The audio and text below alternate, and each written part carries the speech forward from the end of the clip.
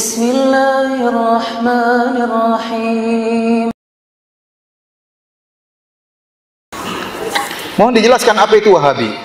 Wahabi ya, itu julukan yang dituduhkan kepada orang-orang yang belajar di Arab Saudi. Bahkan dikatakan negara Saudi adalah negara apa? Wahabi. Dan benar ya, kalau kita mau lihat ya, Arab Saudi mereka sangat menghormati Muhammad bin Abdul Wahab. Syekh Muhammad bin Abdul Wahab adalah seorang ulama yang sangat dihormati oleh ulama Saudi. Kenapa? Dia pahlawan. Bagaimana bisa berdirinya negara Arab Saudi? Dahulu Saudi itu kelompok-kelompok kecil, pemerintahan-pemerintahan kecil saling bertempur di antara mereka. Muncullah Syekh Muhammad bin Abdul Wahab bekerja sama dengan Al-Imam Muhammad bin Saud, bekerja sama maka berdirilah negara Arab Saudi, kemudian disatukan seluruhnya. Makanya Muhammad bin Abdul Wahab di mata orang Saudi seperti tuanku Imam Bonjol di mata orang Indonesia. Artinya wajar jika mereka menghormati, karena pahlawan bukan cuma sekedar ulama tapi juga apa? Pahlawan yang dengan jasa dia berilah kerajaan Arab Saudi. Namun orang-orang Saudi tidak ada yang fanatik sama Muhammad bin Wahab, kalau saleh tidak diikuti. Dia adalah ulama bermadzhab Hambali sebagaimana ulama-ulama yang lain. Kita pun di Arab Saudi tidak fanatik dengan, saya belajar di Universitas Madinah, saya tidak fanatik dengan Muhammad bin Wahab. Oleh karenanya kita pun belajar di sana fikih 4 mazhab. Kita tidak belajar mazhab Hambali, padahal Saudi bermadzhab apa? Hambali. Dan banyak guru-guru kita dari ulama Saudi yang mengatakan pendapat masalah ini lebih kuat mazhab Syafi'i, masalah lebih kuat mazhab apa? Maliki. Tidak ada fanatik sama sekali. Meskipun mereka bermadzhab apa? Hambali. Adapun orang-orang yang hasad kepada kerajaan Arab Saudi, dan banyak yang hasad, terutama orang-orang Syiah sangat hasad kepada kerajaan Arab Saudi. Kita bilang Arab Saudi dengan penuh kekurangannya, namun dia adalah negara yang terbaik yang ada sekarang. Syariat Islam ditegakkan, meskipun tidak sempurna, pasti ada kekurangan. Alhamdulillah, yang berzina dihukum, yang mencuri dipotong tangannya. Alhamdulillah, orang-orang menutup aurat. Alhamdulillah, tidak ada tempat-tempat pelacuran. Kalau ada ditangkap ya. Ada tempat pelacuran yang sembunyi-sembunyi di rumah-rumah. Saya pernah punya teman kepala Hayat Amar Ma'ruf Nahi Munkar. Dia mengatakan kepada saya, Firanda, ini bulan Ramadan saya berhasil tutup 30 rumah-rumah yang dijadikan apa? Tempat pelacuran. Tidak resmi semuanya. Ya, maksud saya tapi tidak ada terbuka, dibolehkan, tidak ada ya. Alhamdulillah ya. Di mana-mana sholat masjid penuh di mana-mana, alhamdulillah. Ya. Orang negara yang sangat aman. Taruh mobil gitu, dinyalain masuk masjid, nggak ada yang nyuri mobil tersebut. Di Saudi seperti itu. Saya pernah sampaikan ya, saya pernah mau keluar dari rumah, ada mobil di belakang saya, ngalangi mobil saya. Orang Saudi ngawur ini, parkir sembarangan. Maka saya datang ke mobil tersebut, saya buka, saya bel-bel. Mobilnya nyala, ada BlackBerry di sampingnya. Tet, tet, tet, nggak ada orangnya. Akhirnya saya naik, saya mundurin. Kemudian baru saya keluar, baru saya majuin lagi, baru saya pergi. Coba kalau Indonesia, minimal BlackBerry-nya hilang. Yang jelas mobilnya juga hilang. Bayangkan sambil nyala dibiarin begitu saja. Di sana susah. Alhamdulillah. Bukan berarti tidak ada pencurian mobil, ada tapi kecil, minimal. Artinya kebaikannya sangat banyak. Belum lagi bagaimana khidmah pelayanan terhadap jemaah haji, jemaah umrah luar biasa. Pembagian sana gratisan sangat banyak. Saya lihat sendiri pembagian gratisan sampai jemaah-jemaah umrah, jemaah haji yang plus, yang kaya raya juga kalau ada pembagian gratis rebut-rebutan. Benar, saya ini jemaah plus, saya bimbing mereka kaya raya, pembagian gratis, mereka juga semangat padahal mereka kaya raya. Ya. Namun kalau gratis itu menyenangkan ya. Jadi luar biasa, kekurangannya jelas ada, kekurangan jelas ada.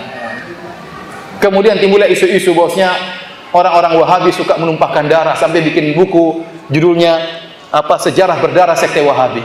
Ya, tuduhan yang macam-macam. Apakah ada orang-orang kita waktu berhaji berumrah ketakutan di sana, takut dibunuh sama orang Wahabi? Enggak ada, justru aman kalau di sana. Justru sampai ke Indonesia malah kita ketakutan, dicuri, diambil, dirampok ya.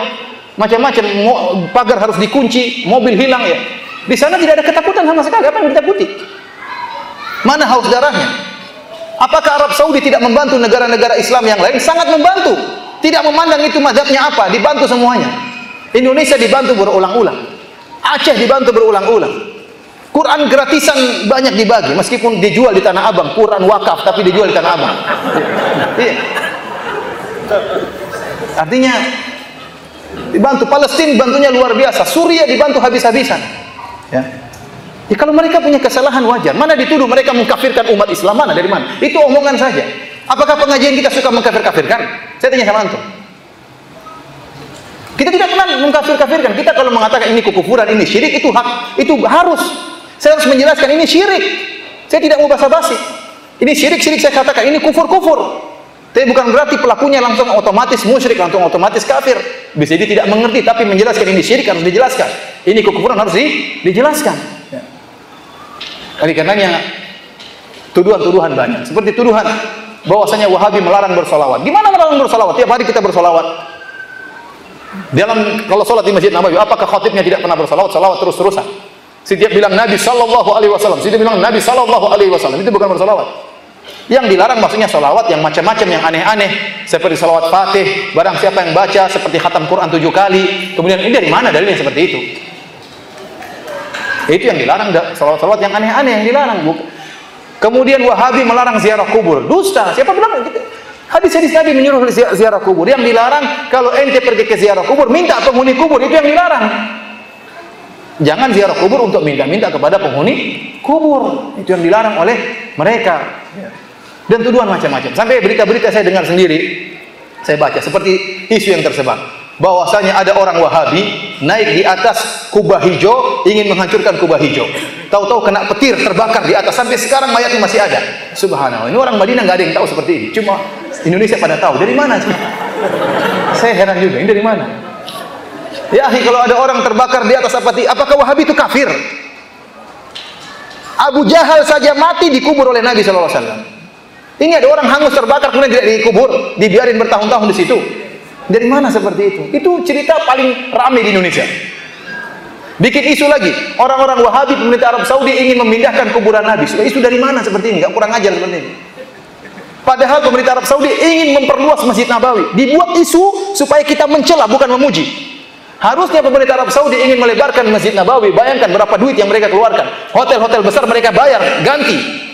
Berapa duit, berapa triliun yang mereka keluarkan demi untuk melebarkan Masjid Nabawi untuk khidmah kepada masyarakat. Sebagian orang Syiah bikin isu bahwasanya mereka ingin memindahkan kuburan Nabi. Dari mana seperti ini?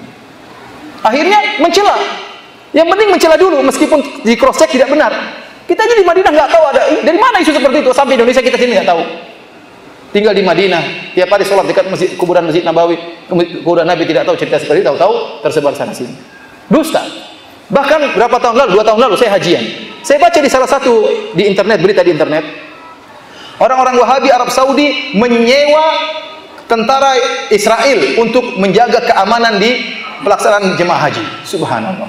Ngapain sewa tentara Israel? Masih banyak tentara Indonesia yang miskin-miskin yang bisa disewa. Bayarnya lebih murah mungkin. Sekalian hajian. Ngapain harus sewa? Emang jaga penjahat kemudian sewa apa? Tentara dari Israel. Dosa besar. Namun tersebar. Artinya para hadirin, maksud saya sekali lagi saya katakan Arab Saudi negara yang saya lihat sangat baik dengan segala kekurangannya. Tapi kita harus memandang dengan kacamata yang adil. Ya, tidak boleh kita hanya melihat sisi buruknya sementara sisi baiknya begitu apa? Begitu banyak. Adapun fitnah-fitnah terhadap Wahabi, ya, itu fitnah-fitnah banyak yang tidak benar. Saya katakan Muhammad bin Wahab, Syekh Muhammad bin Abdul Wahab rahimahullah, seorang ulama yang dia bisa benar dan bisa salah, dan kita tidak pernah fanatik dengan beliau. Kita tidak pernah fanatik dengan beliau.